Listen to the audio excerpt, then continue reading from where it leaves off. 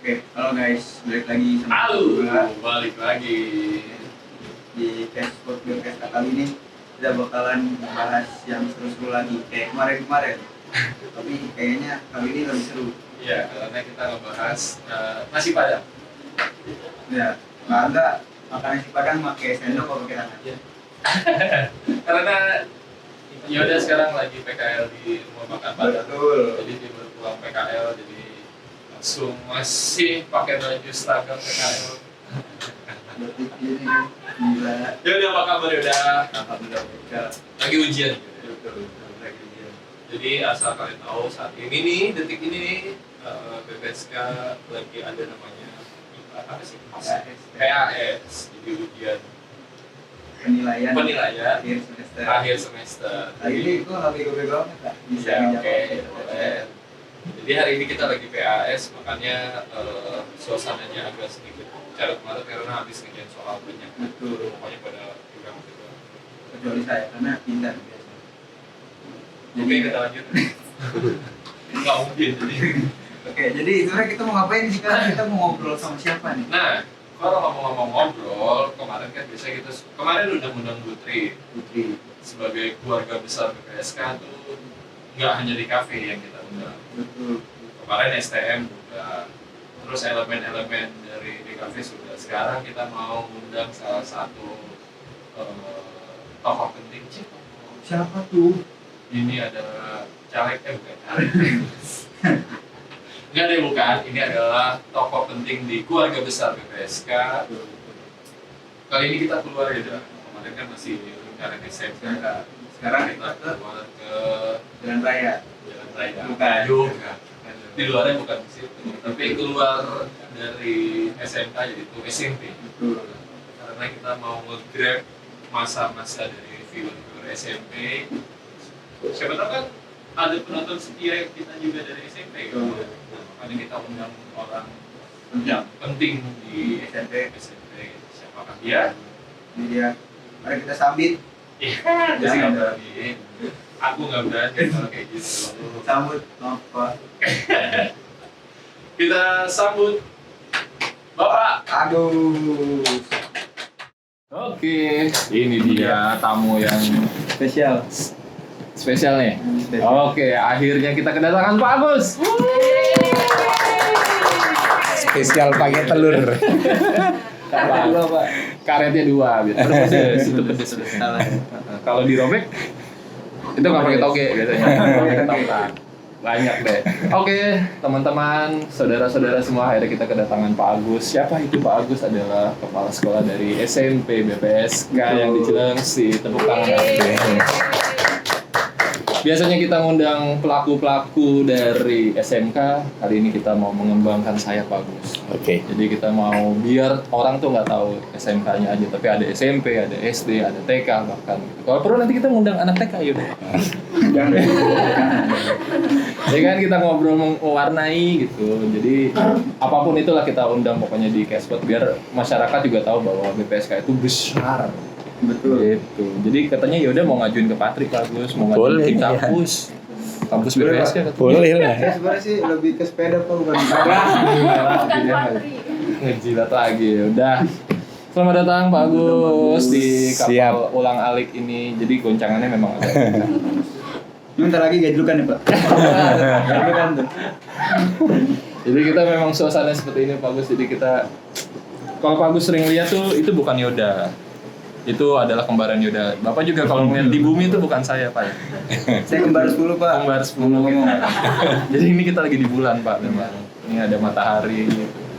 Jadi memang suasananya agak beda. Ayo Yoda, silakan ditanya ke Pak Agus. Gimana nih? Gimana, Pak? Berani nggak? Gimana? Coba. Sore, Pak Agus. Sore. Pagi menjelang siang, bagus. Saya tegang banget. Gimana, Pak Agus? Kabarnya, Pak Agus? Alhamdulillah baik, alhamdulillah sehat. Alhamdulillah. Gimana, Pak, perasaannya diundang sama kita? Karena ini pengalaman pertama sedikit agak nervous ya. Saya juga, Pak. Apalagi kita Pak, pas ditanya Pak Agus, aduh terus ngapain nih? Gitu kan langsung biasanya petakilan langsung pada serius. Kepala sekolah. Kepala sekolah biasanya kan cuma guru-guru sama murid ya. Sekarang Jadi gimana Bagus tadi pas gimana? dikasih tahu sama tim kreatif diundang ke podcast? Nggak yakin aja, maksudnya nggak yakin bisa apa nggak, mampu apa nggak gitu. Saya khawatirnya nggak bisa memenuhi ekspektasi dari yang undang gitu. Enggak, Bagus. Senang aja. Kita kemarin ngundang Butri. Kita kan tahu Pak Agus ya, Butri kan kalau saya aja ketemu Butri lari, takut diteriakin gitu kalau telat. Kita undang akhirnya cair gitu. Sekarang kita ngundang Pak Agus yang benar-benar itu tokoh penting ya, yaudah ya ibaratnya di sekolah ya. Penting buat keluarga saya. Itu benar banget. Yaudah, ada mau ditanya lagi? Boleh. Pak, sebagai kepala sekolah SMP, bagaimana pandangan Bapak terhadap perkembangan SMK BPSK? Kita ngomongin SMK dulu nih Pak. Nah, Kita SMK to ya? be honest aja. Saya cerita Boleh. pengalaman masa lalu dulu ya. Boleh. Karena kebetulan kalau kita bicara hari ini kan berarti kita juga harus bercerita tentang masa lalu dulu. Jadi kalau kita berbicara tentang perkembangan BPSK itu sedang mengalami pasang surut naik turun di setiap saat ya, di setiap generasi ini. Jadi di awal-awal berdirinya SMK BPSK, karena kebetulan tahun 2002 akhir itu saya sudah masuk di sini. 2002. Sekarang udah 2022 plus 1. Saya masih kuliah itu. Berdekatan sama Putri ya Pak? Sama Putri itu mungkin duluan Putri duluan saya. Kalau sama Putri saya depan belakang, tapi kalau sama Bu Yuni duluan Bu Yuni sebentar. Jadi kalau di sini orang yang paling lama ya Bu Yuni, Bu Sri SD, kemudian Bu Tri, itu termasuk orang-orang lama ya. Jadi kalau dulu itu SMK BPSK di awal berdirinya tahun 2000-an itu paralel 4 kelas. Di awal, dan murid kita itu luar biasa pada waktu itu. Hampir nggak ada anak-anak sekitaran sini. Yang banyak ya dari Cibubur, dari Kelapa Nunggal, dari Narogong, itu banyak tuh yang dari sana. Nah, kemudian kalau kita cerita tentang masa lalu, saya juga nggak tahu yang melatar belakangi apa. Itu kita sempat ada masalah dengan lingkungan yang membuat kemudian kita jatuh. Pada saat kemudian jatuh ya kita terpuruk bener, karena kita nggak segera bisa bangkit kan. Menurut saya ini kita terlampau kelamaan gitu loh, kelamaan kita nggak bangkit. Tapi alhamdulillah, kalau kemudian pertanyaannya apa? Perkembangan BPSK saat ini. Mungkin saat ini ini adalah ini yang terbaik. Tapi jangan berbesar hati dulu ya, karena nanti kalau kita berbesar hati, nanti kita nggak jadi naik. Betul. Ya. Tapi menurut saya saat ini tuh memang kita sedang ada geliat untuk untuk bangkit ke depan gitu. Saya melihat kalian semuanya kreatif, kalian semua inovatif. Mudah-mudahan ini ya nanti akan bisa mengangkat BPSK kemudian sesuai dengan harapan kita bersama. Amin banget. Benar-benar Bapak ya. Tapi berarti kalau dari pandangan Pak Agus berarti sudah ada peningkatan di tahun ini ya Pak ya. Seenggaknya ya. Mudah-mudahan bisa terus sampai nanti Yoda cicit-cicit udah tua. Nanti saya punya anak, punya keturunan, saya sekolahin sini. Bener ya? Bener, saya catat ya. Saya catat ya. Tahun 2002 itu pada saat saya pertama masuk di BPSK itu saya bukan ngajar di SMP, malah nggak ngajar di SMP. Saya ngajar di SMK. Waduh. Saya ngajar di STM, saya ngajar di SEMEA. Pada waktu itu mapel yang saya pegang itu KKPI. Nah, pelajaran komputer. Oh, pantes Pak, kalau aku lihat yang sebelah pojok-pojok sana masih banyak peninggalan. Ya. Dulu kalau kita bicara tentang teknologi, BPSK itu jauh meninggalkan semuanya untuk di lingkungan Bogor Timur sini. Karena apa? Karena pada waktu itu di tahun itu kita sudah pakai Pentium 3, Pentium 4, yang lain masih 386, 486, kita sudah Pentium. Benar. Tapi celakanya pada saat yang lain kemudian sudah core kita masih Pentium gitu. Iya benar. Nggak, istriku Mudah-mudahan ke depan nanti kita Iya, bisa lebih baik lah ya. iya, karena istriku asli sini Pak. Cerita gitu BPSK tuh dulu gede banget katanya. Bener-bener bikin macet kalau pulang katanya saking besarnya banget. Tapi memang semoga kita bisa balikin ke jalan. Kalau nama besar BPSK itu kebanggaan kita di apa namanya? Mungkin kalau anak-anak hanya suka pada melihat tulisan-tulisan di pinggir jalan. SMK BPSK 702 gitu kan. Iya kan? Iya. 702 itu maknanya dalam gitu. Maksudnya itu kebanggaan bagi alumni kita, kebanggaan bagi kita semua. Di saat sekolah-sekolah yang lain masuk setengah 8, jam 12 sudah pada pulang, kita itu jam 7 tepat masuk, jam 2 tepat kita baru pulang. Jadi kita itu punya gengsi yang luar biasa dulu itu. Filosofinya itu. Tuh, jadi 702 itu maknanya itu, bukan hanya sekedar tulisan 702 yang Iya, tidak bukan. punya arti itu tidak. Jadi 702 itu kita masuk jam 7 pulang jam 2 itu nggak ada sekolah pada waktu itu yang seperti itu kecuali BPSK. Saya benar berarti filosofinya kuat ternyata bukan angka biasa aja. Saya kira malah bulan Juni tanggal 2. Ternyata bukan. Oke, nah kan kalau kita tadi bicara nih Pak, terus kalau Bapak ngelihat, ya kita harus akui lah Pak, maksudnya BPSK kan mengalami keterpurukan gitu. Iya. Bapak perasaannya sedih nggak sih? Ada perasaan ngeganjel gitu, pengen bangkit lagi? Saya kadang-kadang juga merasa bersalah. Kenapa saya merasa bersalah? Karena saya ada di dalamnya. Kalau kemudian saya ada di sini, saya tidak bisa membawa perahu ini bersandar di dermaga yang kita inginkan, kan ada perasaan nggak nyaman, ada perasaan kita gagal gitu. Ayo anak-anak yuk kita bikin kreatif lagi lah, harus lah. Mumpung ada Pak Agus jadi yang mendukung ya Pak ya. Kita kan inovasi itu kalau tetap butuh orang-orang tua untuk disupervisi ya Pak ya. Kalau kulo nuwun kalau mau bikin Pak, kita mau bikin ini izinnya ke Pak Agus. Pak, ide-ide tuh harus Kebetulan kita mau bikin roller coaster ya Kak. Jadi kita mau bikin sling Pak dari SMK ke SMP gitu. Jadi kalau ke SMP gitu.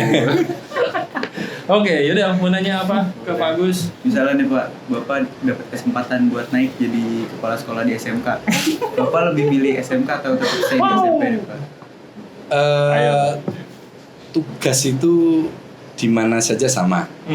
Kita mau tugas di SD, mau tugas di SMP, mau tugas di SMK, yang penting kemudian kita bertanggung jawab, kemudian kita bisa mengemban amanah dengan baik, kemudian ya kita bisa meningkatkan apa namanya ya,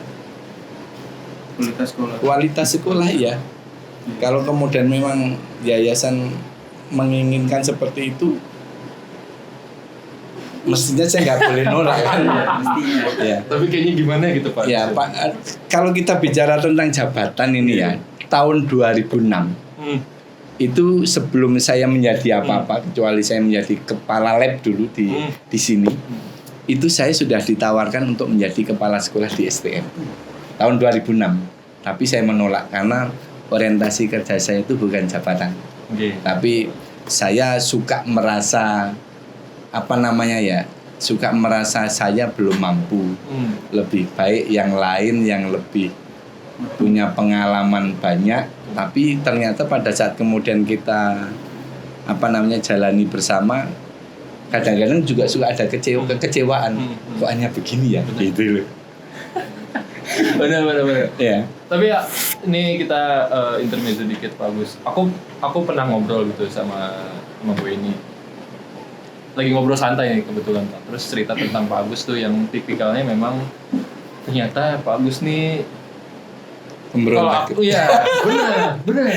Pak Agus tuh begitu ternyata. Aku pikir tuh awal tuh Pak Agus tuh jinak-jinak merpati gitu kan, adem.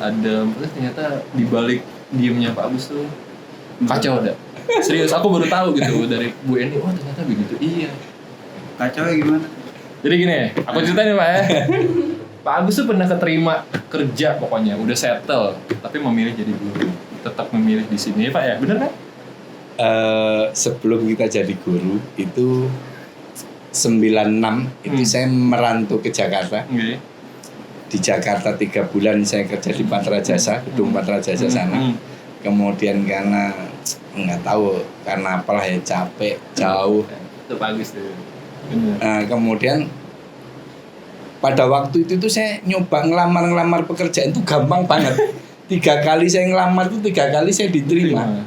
Tapi dari dari pengalaman yang saya jalani itu ternyata kok perasaan masih tidak membuat saya menjadi puas. Nah, kemudian saya berhenti. Pada saat berhenti kemudian saya coba untuk ngelamar lagi. Sampai capek buat lamaran, sampai capek pergi kemana-mana, saya nggak dapat apa-apa. Akhirnya sedikit agak frustasi. Nah, ini cerita sedikit ya, Ini saya di titik tolaknya itu saya di Balaraja, Tangerang. Saya ikut temen di Balaraja. Pada saat itu inget banget nih hari Jumat. Saya sholat Jumat di Masjid Balaraja sana, kemudian ceramahnya itu berbicara tentang hijrah. Lah pada saat itu saya ngerasa tersinggung. Saya ngerasa tersinggung karena apa? Karena saya pada waktu itu sedang nganggur, nyari kerja kemana kemari, kesana kemari nggak dapat. Kemudian kok ada yang mengatakan tentang kamu harus hijrah gitu. Kemudian saya tuh mengambil keputusan agak cepat dan agak tanpa pertimbangan banyak hal.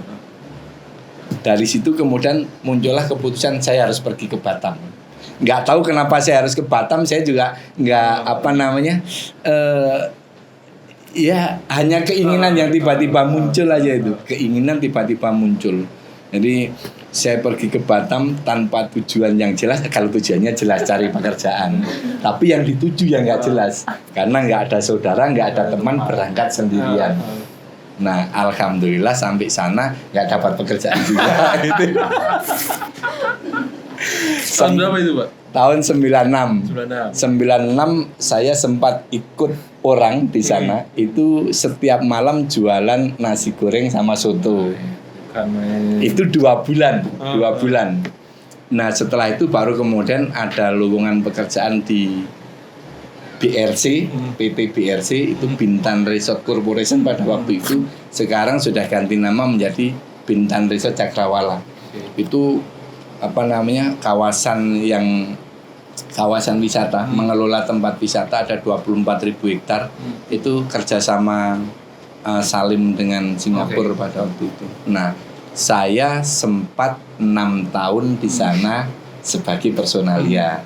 Jadi pada saat kemudian orang tua minta harus dipertimbangkan, kan orang tua sudah pada sepuh, mau nggak mau kemudian saya harus tinggalkan posisi nyaman di sana. Nggak apa-apa, tapi di sini juga nyaman karena dekat orang tua gitu kan. Nah, jadi kalau kita kembali ke sekolah lagi, sebenarnya saya hanya mental saya aja yang pada waktu itu agak ada kekhawatiran.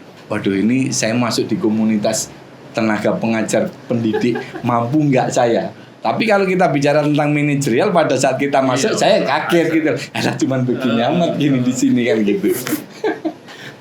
Ya kan, jadi memang di balik jinak-jinak merpatinya Pak Agus tuh sejarahnya dalam banget ya udah. Ntar kamu juga bakal ngalamin begitu. Jadi gimana Pak? Pak Agus tuh kayak ada disesalin nggak Pak pindah dari sana ke sini? Iya benar. Ini kan jalan hidup ya. Apapun yang terjadi ya harus kita syukuri saja. Betul. Nggak ada manfaatnya kita menyesali masa yang sudah berlalu. Ya lebih baik kita merencanakan masa depan aja, kita hari ini bagaimana, ke depan kita harus kemana kan. Kayaknya udah Pak dia putus sama pacarnya, galaunya sampai sekarang woy. Harus lupain ya. Iya kan, jangan yang lalu biar nggak berlalu, belajar dari Pak Agus. Agus, kita ngomongin sekarang SMP nih. Nah. Agus, apa sih maksudnya sekalian promosi nggak apa-apa? Iya, oke. Jadi kenapa SMP BPSK perlu diperhitungkan menurut Pak Agus? Kelebihannya apa? Sebenarnya nggak fair kalau saya yang cerita. Karena saya yang mengelola, kemudian saya minta pertanyaannya apa yang perlu diperhitungkan tentang harusnya itu yang cerita tentang begitu orang lain. Oke, kan? ini berarti saya dulu nih Pak. Saya buka dikit nih. Kalau saya ngelihat SMP BPSK tuh aku ngelihatnya rapi sama tegas ya sih Pak. Maksudnya aku dalam ini kita bicarakan Pak Eko ya maksudnya. Pak Eko ya Pak ya. Iya. Maksud gue tuh anak SMP aku lihat sampai dilatih gitu segitunya kerasnya tuh menurutku tuh itu yang harus perlu sih Pak. Menurutku anak-anak mentalnya. Nah kalau dari Pak Agus kenapa? Kalau kita bicara tentang SMP itu sejarahnya panjang sebenarnya. Boleh. Jadi di tahun 2010 mulai dari tahun 2009. Tahun 2009 itu dulu kita ada SMA di BPSK. Tapi karena pemerintah pada waktu itu gencar mempromosikan tentang SMK bisa, kemudian kita mau fokus di SMK, SMA-nya tutup. Karena di samping muridnya juga nggak banyak pada waktu itu, tapi karena pemerintah juga sedang gencar-gencarnya mempromosikan SMK bisa, jadi kita mau fokus di situ. Nah di tahun 2009 SMA tutup, itu SMP kondisinya juga sedang tidak baik-baik saja pada waktu itu. Nah sebelumnya memang murid kita nggak pernah banyak, rata-rata paling ya 14, 15 itu per kelas. Nah, tapi di tahun 2010 pada saat setelah SMA itu tutup, itu SMP kelihatannya ikut kena dampak.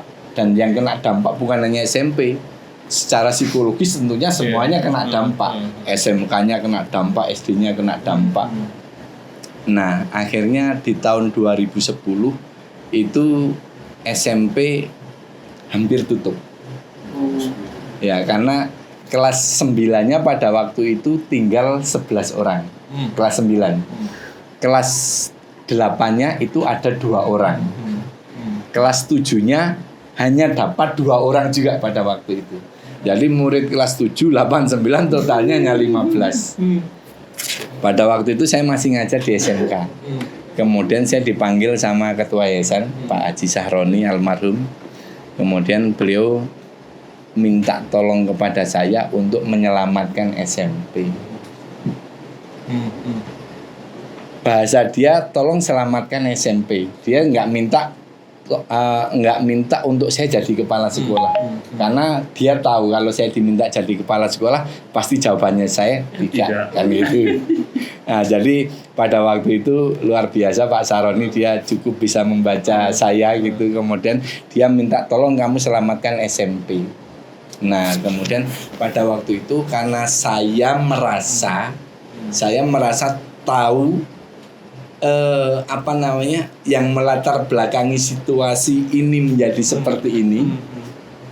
Pada waktu itu saya mengatakan iya, tapi kalau toh kemudian saya hanya diminta untuk menjalankan kebijakan, itu bukan tipikal saya gitu kan.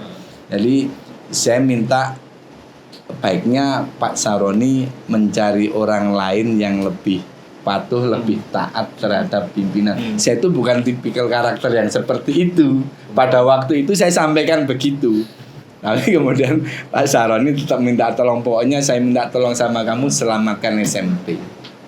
Nah, kemudian semenjak itu saya sampaikan sama Pak Saroni, saya ingin boleh membuat kebijakan sendiri, tapi tetap apapun yang mau kita laksanakan itu saya konsultasikan ke yayasan. Maksudnya bukan hanya sekedar saya melaksanakan kebijakan yang ada, karena kalau hanya melaksanakan kebijakan yang ada nggak perlu ganti orang menurut saya, nggak perlu ganti orang, lanjutkan aja yang sudah gitu kan. Nah akhirnya diiyakan.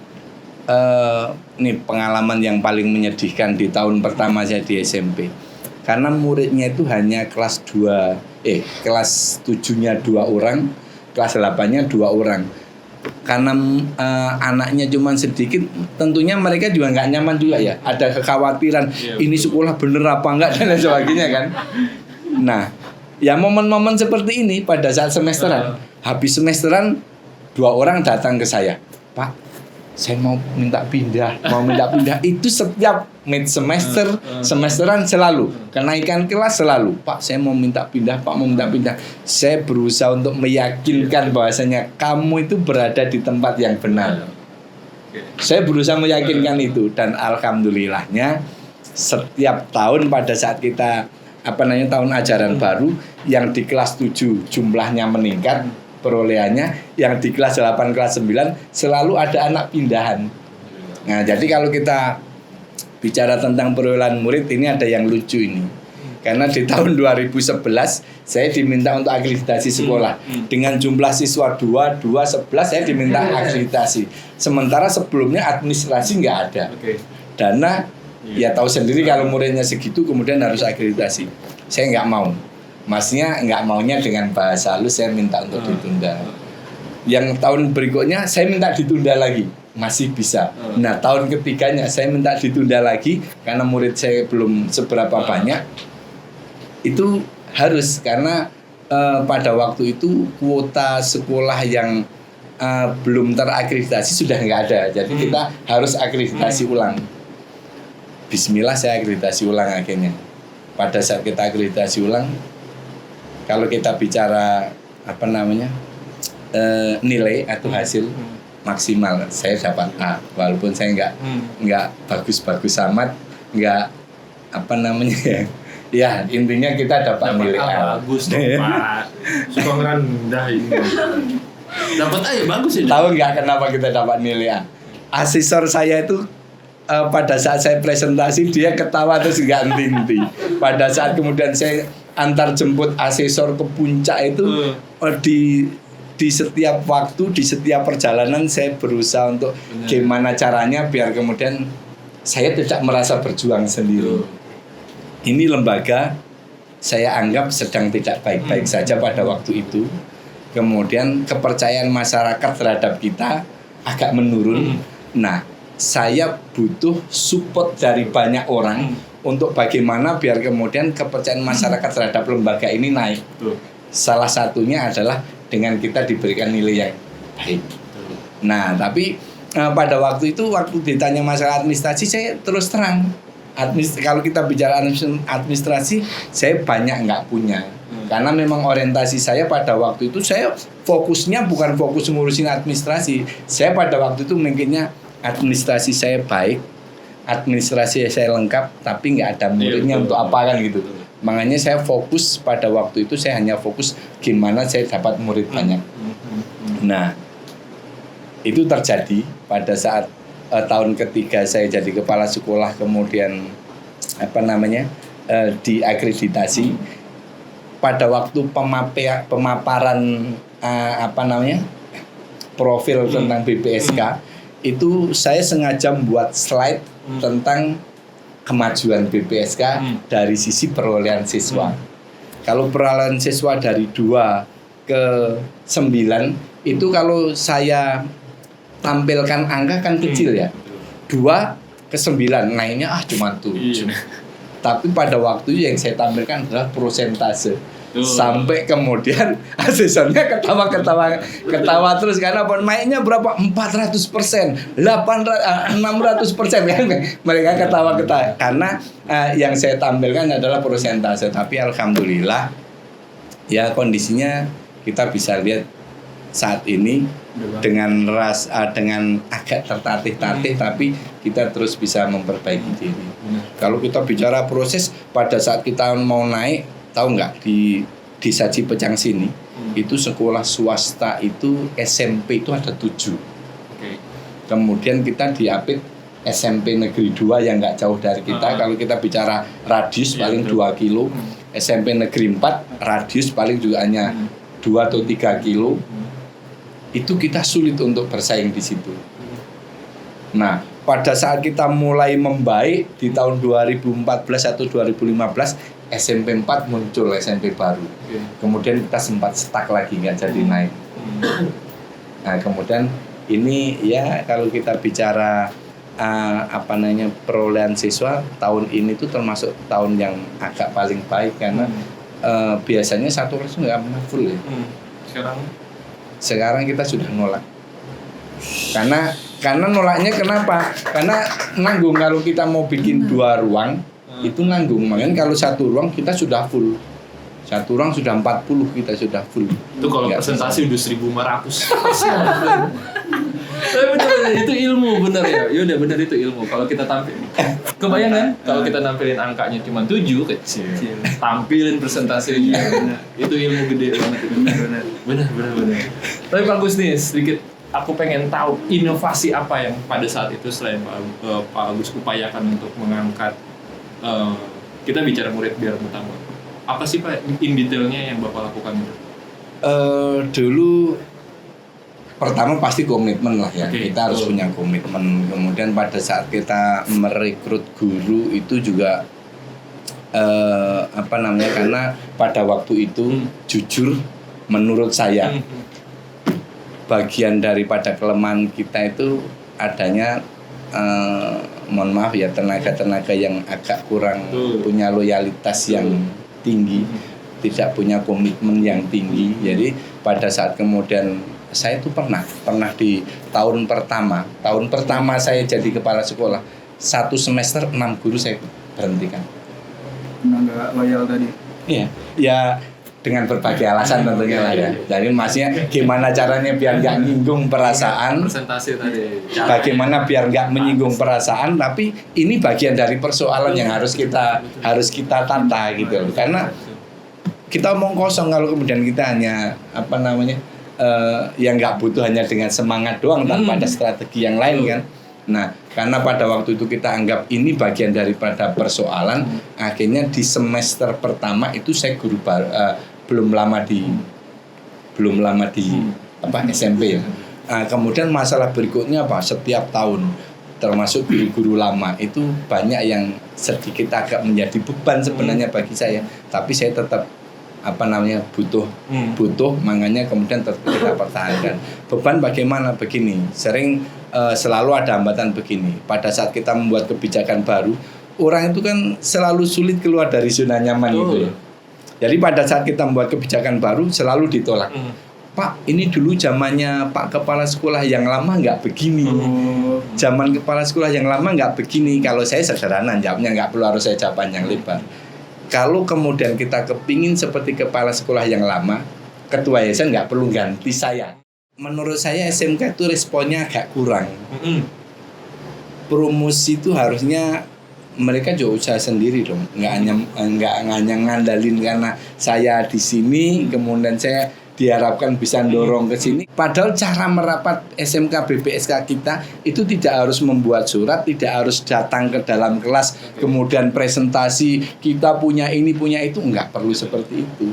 Caranya gimana? Misalnya kita ada lomba gerak jalan, ada lomba apa, diliput. Betul. Karena mereka itu akan melihat gitu loh. SMK itu bisa begini, bisa begitu, nggak perlu banyak ngomong tapi aksi nyata gitu loh. Betul. Ya kan? Harusnya aksi nyata yang seperti itu. Jadi gini Pak, aku juga mau ngasih draft kontrak kerjasama kita ke depannya. Langsung gitu aja. Langsung aja kalau gini, kalau ketemu Pak Agus tuh ide tuh langsung liar Pak saya gitu, bikin ini, bikin di SMP, bikin kegiatan bareng. Tapi memang belum sempat gitu ngobrol bareng, duduk ngopi. Aku di WhatsApp sama Kak Riki. Kak Riki tuh ngajakin, "Kak, ayo ngopi Kak." Aku feelingku kuat kita mau bahas SMP, SMK gitu. Nanti aku belum ketemu lagi sama Kak Riki. Lanjut tadi yang kita bahas soal cara Bapak kan tadi paling Udah jalan lagi mah. udah jalan. Yang aku paling notice adalah komitmen. Memang benar Pak ya. Emang harus komitmen dan pengorbanan, sacrifice itu juga penting. Jadi untuk menumbuhkan ya kita harus berkorban dulu Pak ya, harus ada yang dikorbankan. Benar banget. Setuju banget sama Pak Agus. Nggak salah kita ngundang Pak Agus betul. Isinya daging semuanya obrolan. Suka banget. Oke, Pak Agus. Jadi Pak Agus asli mana sih? Saya asli dari Purworejo.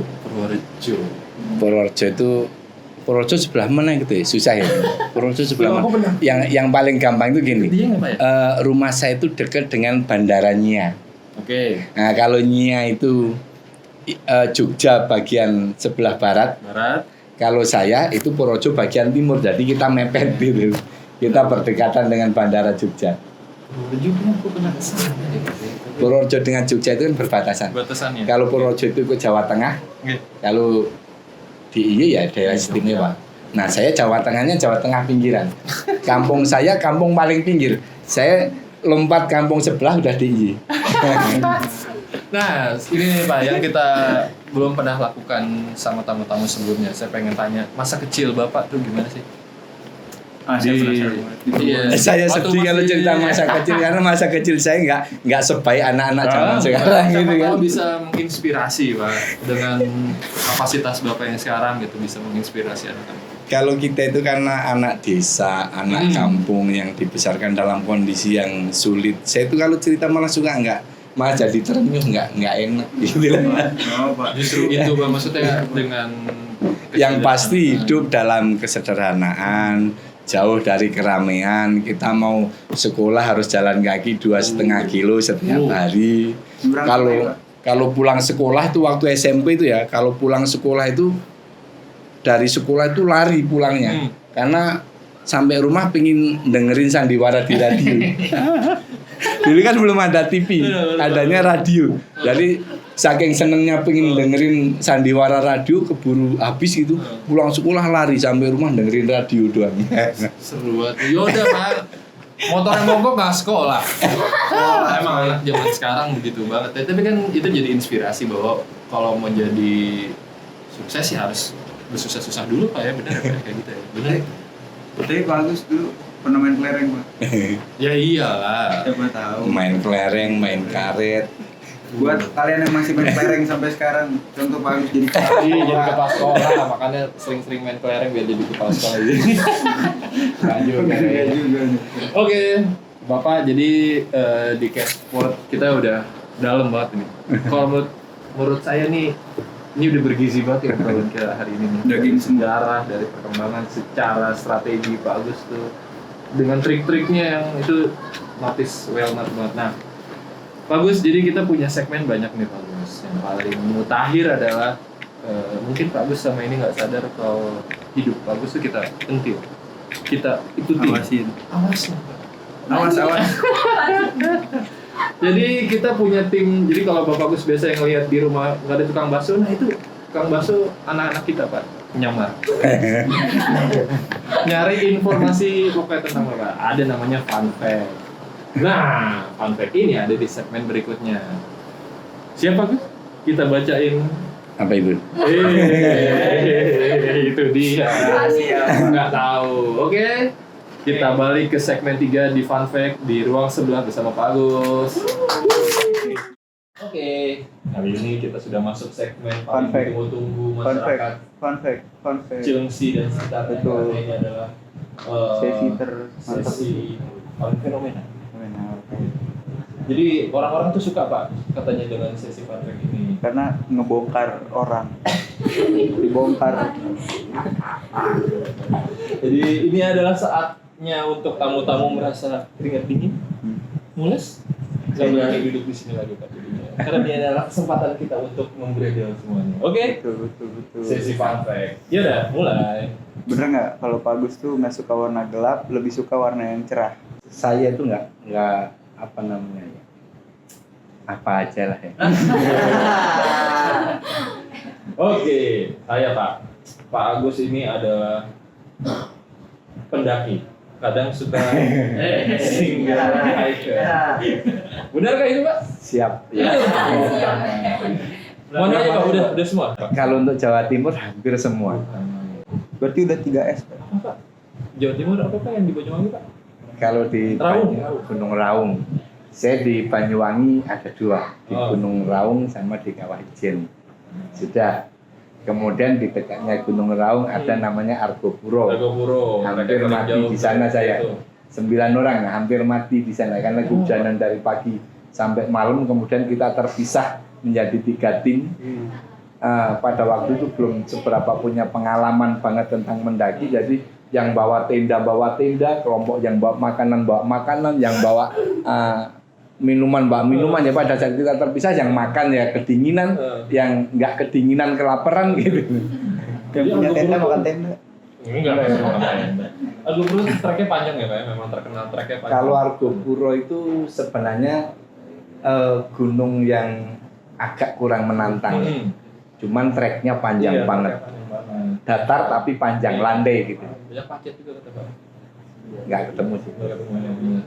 Jawa Tengah di mana Pak? Yang sudah.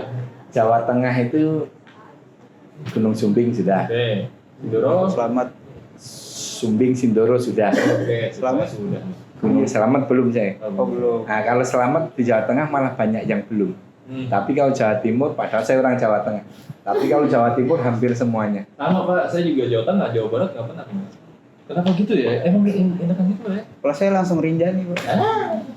Gunung Batu aja pakai Gunung Nih, Batu udah. kalau cerita naik gunung itu yang paling seru itu pada saat saya naik di Semeru.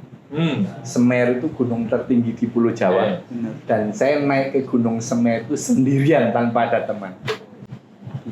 Panutan. Berapa hari, Pak? Saya PP 5 hari. 5 hari saya diriin tenda sendiri, saya tidur sendiri. Itu nggak bosan. Cuman di puncak kita karena momennya pas tanggal 17 Agustus, pas ulang tahun. Nah, dari 17 Agustus kan pasti ramai di puncak. Kita ketemu dengan pendaki-pendaki dari banyak dari luar Jawa banyak. Di Jawa Barat lucu lagi. Tahun 2006 kalau nggak salah, saya ada tugas dari SMK untuk ikut pelatihan KKPI di Garut, di Tasik pada waktu itu. Itu kan waktunya 6 hari. Nah, kemudian panitia menawarkan kepada kita, itu waktunya mau dipadatkan apa enggak? Saya minta kalau boleh dipadatkan aja. Jadi hari terakhir kita free. Hari terakhir kita free. Kalau free kita mau kemana? Saya minta ke Gunung Galunggung. Itu disetujui, aneh itu. Itu disetujui. Jadi pada waktu kita pelatihan ke Tasik itu hari terakhir kita naik ke Gunung Galunggung. Ayo Pak, kita yuk. Boleh terakhir apa Pak? Terakhir tahun berapa? Saya terakhir ke Gunung Batu. Itu paling baru kalau Gunung Batu ya. Nah, tapi kalau pas masa-masa pandemi, pada saat orang pada di rumah nggak boleh kemana-mana, itu saya naik gunung ke Gunung Sumbing. Kita di rumah deh. Tapi enak sih. Tapi gunung yang paling serem banget itu di mana, Pak? Yang treknya parah banget. Semua gunung itu kan sama ya.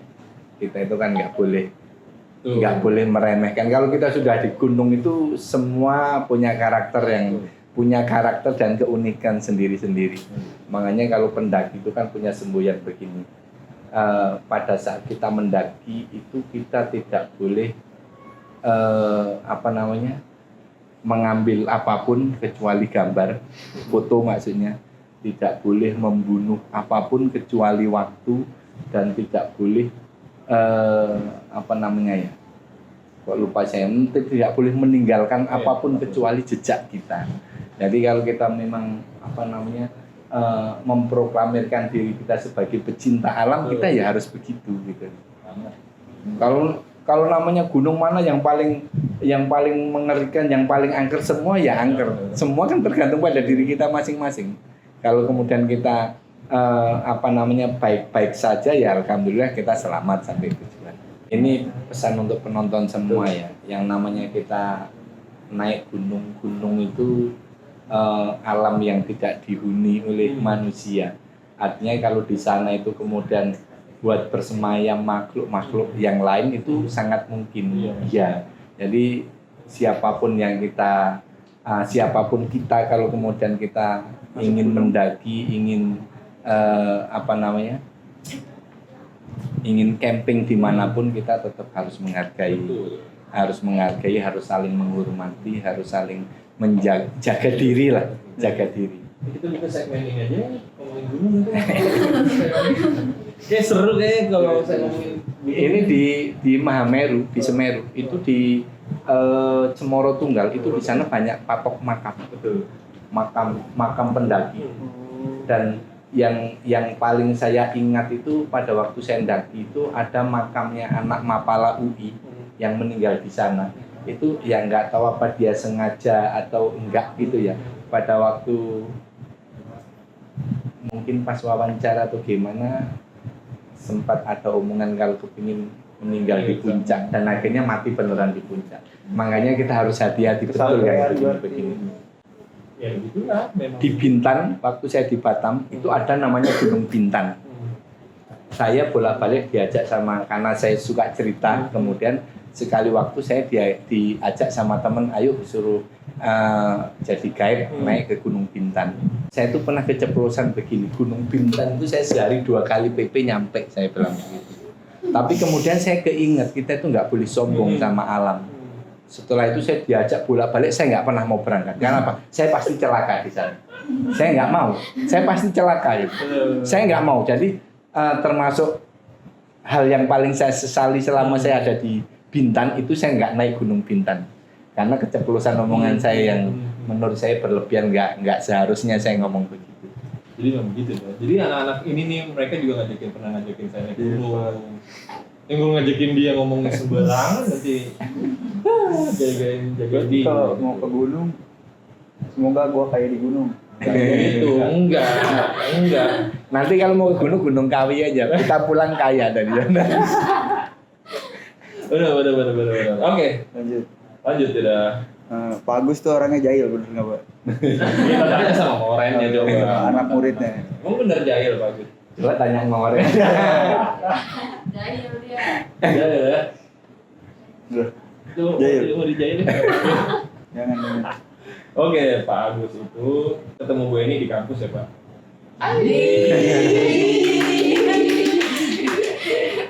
Saya tuh pikir orang yang nggak suka pilih-pilih adanya itu ya sudah. Emang kampus di mana Pak dulu Pak? Kenapa? Kampusnya di mana? Saya di Muhammadiyah Malang, Pak. Sang ke Mameru, jalan kaki. Oh di Malang Pak. Ya, kalau dari Malang ke Mameru ya setengah hari nyampe lah. Sebenarnya Hampir berapa nih ya sehari. kalau dari historinya pernah ke Batam, pernah di Malang, pernah kemana dari sih Pak? Di Cilengsi. Udah kemana-mana Pak di Indonesia. Baru itu aja ya. Dia nih jonggol. Kan belum cukup umur, ntar kalau cukup umur juga. Ya kemana-mana. enggak. Udah sudah berani. Abis ini ya. Pamenan. Pakai awen. Jangan. Oke, lanjut. Pak Agus suka makan tengkleng, bener nggak Pak? Tengkleng itu makanan paling enak. Kalau nanya tengkleng yang enak itu di mana? Di Di mana, Radar Auri, saya tahu di Radar Auri. Bener banget. Di Radar Auri itu sebelum tembus Jalan Raya Bogor itu ada Oke. jalan pas turun kemudian naik itu di dekat perumahan itu di sebelah kanan jalan. Saya kalau lewat daerah situ pasti berhenti di situ. Tapi tengkleng itu enak banget Pak. Aku suka juga makan. Enak banget kalau tengkleng itu. Ada orientasi saya kita kesana Pak. Kita lagi ngajak. Kan siapa tahu beneran jadian. Oke, Pak Agus tadi kan 17 Agustus adalah ulang tahun Pak Agus. Benar Pak Agus. Iya. Ngerayain satu Indonesia. Cuma Pak Agus yang ulang tahun dibikinin upacara. Oh. Bener nggak? Tapi saya perayaan ulang tahun itu hanya di Cilengsi loh. Sebelumnya nggak pernah saya merayakan. Saya merayakan ulang tahun sendiri itu ya hanya pada saat saya naik Gunung Semeru. Itu saya niat merayakan sendiri. Tapi selebihnya saya nggak pernah yang namanya ulang tahun di ulang tahun ini, kecuali di sekolah karena anak-anak pada tahu habis upacara ada yang ngasih kue, ada yang ngasih ini. Jadi saya ingat sama ulang tahun saya gitu. Biasanya nggak ingat sama ulang tahunnya. 17 Agustus tahun 1970. Berarti Bapak umurnya sudah berapa ya? Lama nih. Setengah Lama, abad. lama. Lama. Banyak deh. Oh. Oh. lima tiga ya Pak bener. Iya. Nah, 53 Ya udah bener. setengah abad lebih kan. Setengah abad lebih. Pak Agus suka bermain tenis meja. Ya bisa. Langsung Nggak Pak. siapa, nggak saya. Nih jagoan sini Pak. Kalau pinter kan enggak, kalau pinter kan jadi atlet. Nah. Ya ini kan cuma atlet 17-an di RT kan. Benar. Jadi Pak Agus mau bikin ini nggak Pak, acara main tenis meja di sini gitu? Boleh kalau ada. Boleh. Dulu tuh SMP pernah punya meja, tapi kan di sini nggak ada tempat, nggak ada tempat yang aman yang bisa buat nyimpen meja itu kan kalau ditaruh di luar kena panas kena hujan kan melengkung. Di sini bisa Pak? Masuk. Oke, bagus juga deh. Kayak gitu. Pak Agus adalah pecinta criminal cat. Bukan. Kucing. Garong. Garong. Pak Agus ada Kucing aja. pecinta kucing ya Pak? Ada berapa kucing di rumah Pak? Sebenarnya kalau pecinta itu enggak. Saya hanya kasihan doang. Karena kebetulan ada kucing bandang. Tahu kucing bandang enggak? Kucing kampung. Kucingnya orang. Oh, bukan. Awal mulanya kucingnya orang, kemudian beranak di rumah. Habis beranak, emaknya keluar ketabrak motor, kemudian mati. Saya nggak tega, kemudian saya menjadi orang tua asuhnya kucing-kucing. Jadi kalau pecinta itu sebenarnya enggak, ya hanya karena lihat situasinya saya harus seperti itu ya, kemudian ya ini mungkin memang tugas saya untuk itu gitu. Jadi ada berapa Pak kucingnya Pak? Aduh aja. Namanya Yoda kan Pak? Bukan dong. Sepasang itu Pak. Satu titipan dari orang, kalau yang satu ya itu tadi yang emaknya mati itu. Dua-duanya lagi. Oh, dulu. Kalau perempuan merepot, Ambil dulu. beranak melulu. Oke nih Pak, ini pertanyaan yang saya tuh pengen banget tapi ini kesempatan saya berani nanya. Pak Agus kalau di rumah sama ibu ngomongin sekolah nggak sih? Agak jarang sih. Tuh, udah kan Pak, serius nggak ngomongin Iya. sekolah? Kalau di rumah biasanya kita ngomongin masalah keluarga, ngomongin masalah lingkungan, RT gitu. Tapi nggak pernah ngomongin sekolah. Yang ngomong tapi kan yang nggak nggak seintens lah. Biasanya kan kalau komisi itu ada deep talknya Pak, ngomong sambil ngopi, sambil ngetes gitu, ngomongin Sekolah. ngomongin siapa ya, ngomongin Bibi gitu, Bibi nih. Itu nggak pernah ya Pak? Orang saya kadang-kadang kritik SMK juga enggak. Gitu. Walaupun sebenarnya banyak yang harus dikritik. Banyak yang harus dikritik. Harus lah Pak, kita harus mental siap kritik. Tapi kalau Pak Agus ngeritik SMK kan ntar sama Bu ini suruh Bu ini suruh tidur di luar. Saya khawatirnya kalau ngeritik SMK nanti nggak gajian ya. Oke, kurang lebih itu Pak, tadi ada fun fact-nya. Oke, lanjut. Sebenarnya masih banyak sih, masih banyak. Tapi Pak Agus itu ada pokoknya, tapi kadang-kadang harus jangan. konsiderasi. Iya. Oke, Pak Agus, ini adalah dari kreatif baru datang tadi malam. Kita ada namanya challenge sekarang Pak. Segmen baru. Segmen baru. Segmen ini sebenarnya tidak berpengaruh dengan ke Bapak, tapi berpengaruh ke kita berdua.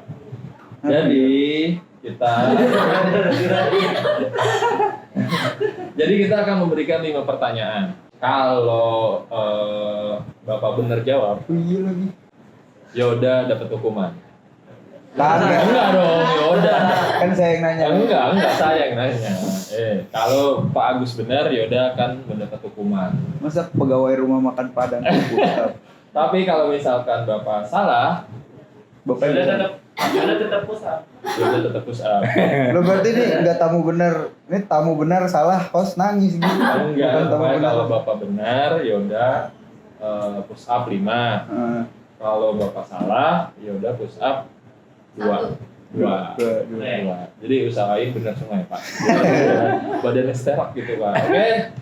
Ini tuh ini 5 tuh. Gak boleh, Pak, kamu nggak boleh tahu. Ini adalah. Jadi tolong Pak, saya mohon buat Bapak konsentrasi jawab biar benar gitu. Biar ini disidangin. Pertanyaannya gampang nih. Enggak susah nih pertanyaannya. Pertanyaan pertama Bapak di segmen challenge ini adalah siapa sosok pahlawan yang ada di pecahan uang 1000 edisi sekarang? Mati murah. Benar Salah. Benar. 5. Oke, 5. Itu uang 1000 lama Pak Timur kan. Berapa? Gua enggak pernah lihat uang 1000, Mas.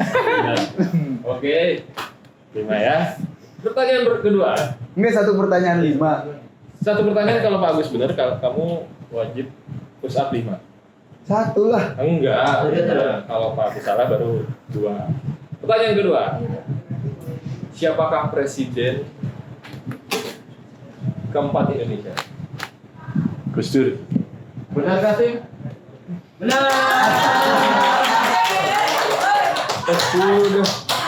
Pas salahin satu, Pak. Jangan Jangan, berdua. ini mengandung kredibilitas, Bapak nggak boleh salah, Pak. Bapak nggak boleh salah pokoknya. Pak, saya nggak usah Nggak, pusing. jangan tuh. Oke, pertanyaan ketiga. Pak.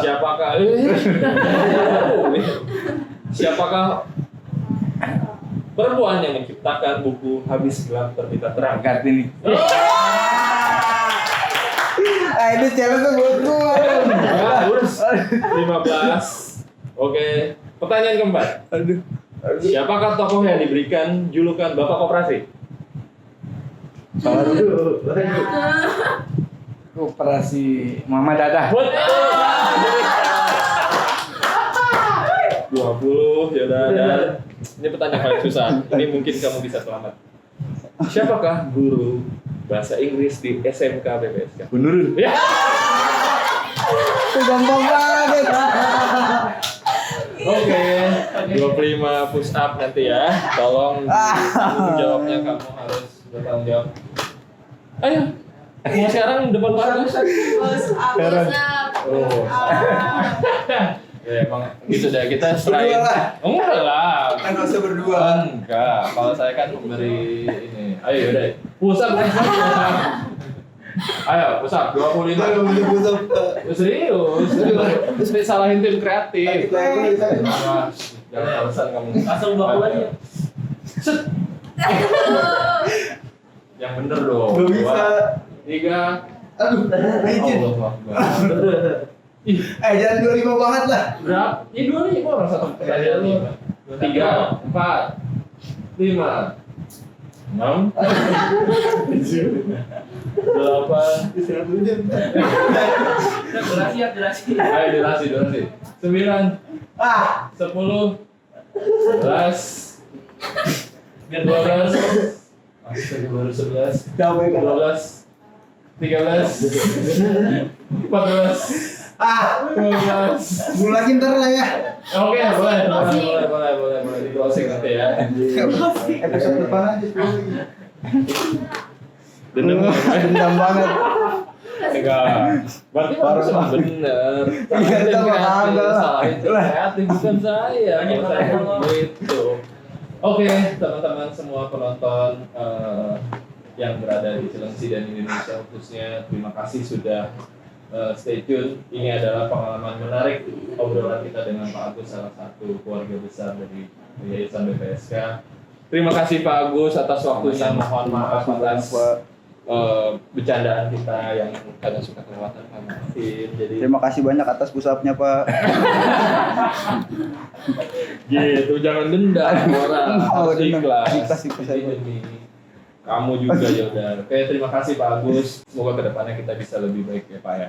BPSK, SMK, SMP bisa sinergi, Amin. bisa pokoknya bikin kreatif lah. Nanti anak-anak tak minta buat bikin sesuatu di SMP ya Pak. Mohon izin. Langsung ngomong sekarang nih kan, jajan gitu. Jadi mohon izin Pak, kita kalau mau bikin kreatif nanti di SMP lah. Siap. Tuh, udah di sini semua, guys, berangkat. Oke, yaudah ada urusan ke bagus Kak. Nanti kalau ada kayak gini jangan dijawab semua. Masih dendam aja. Ini buat kesehatan kamu, Nak. Kamu, Nak. Oke. Assalamualaikum warahmatullahi wabarakatuh. Terus dong. Dah. Gimana? Udah. Oke. Ini suatu yang berlebihan gak baik. Hari ini kita ketemu seorang yang menurut kita sangat berbobot ya Yuda. Karena seorang kepala sekolah. Enggak gitu juga sih. Oh, Tapi gitu. memang Pak Agus tuh menurut gue tuh Berbobot. cemerlang sebenarnya.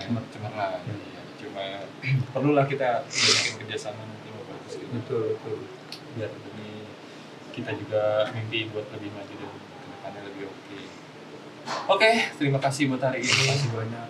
Semoga kita bertemu Capek, Mas. lagi dengan tamu-tamu yang keren-keren lagi. Siapa aja nanti? Ya, gitu deh pokoknya. Lanjut pusat dulu. Cepetan, pusat dulu. Enak aja. Oke, bye-bye. Assalamualaikum warahmatullahi wabarakatuh.